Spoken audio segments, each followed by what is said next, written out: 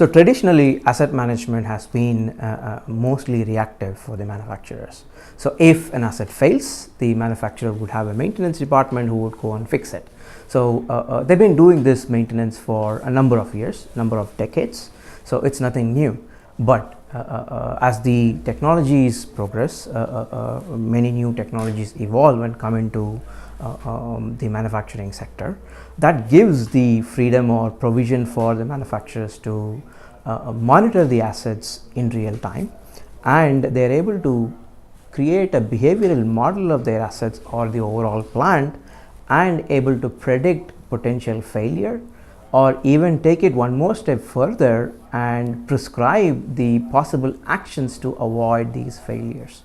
So that's the step of how you would go for a predictive or a prescriptive maintenance.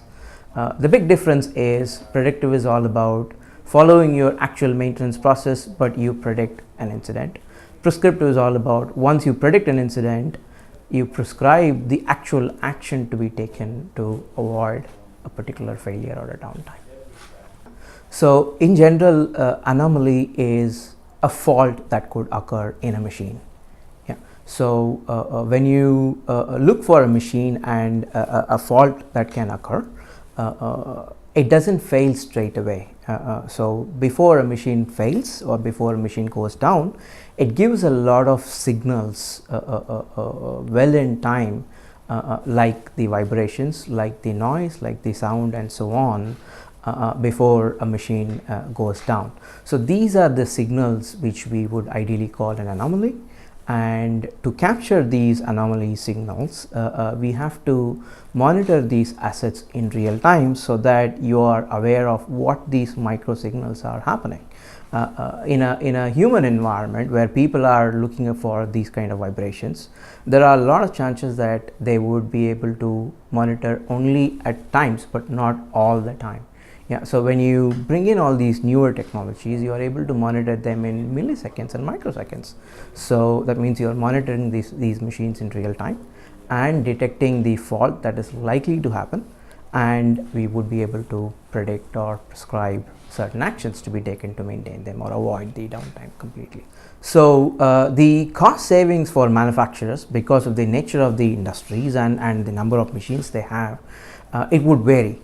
But in general, on a typical predictive maintenance situation, we have seen somewhere between 10 to 20% is the overall operational cost for maintenance service operations is the biggest saving. But beyond that, it's not just about the maintenance cost, but we are also looking at the uptime that we give, because you're avoiding a failure completely. So that's going to make your life easier in terms of not having many people in the production line waiting for the machine to be up and running and so on. So that's the biggest cost that we would look at. So when we talk about predictive maintenance or prescriptive maintenance, that is at the third or fourth step from this journey. So the very first step is you have to be monitoring these machines or assets in the beginning. So most of the manufacturers have bought these assets and installed them in the plant, and they've been using it for a long time, but there was not been a conscious activity for monitoring them in real time.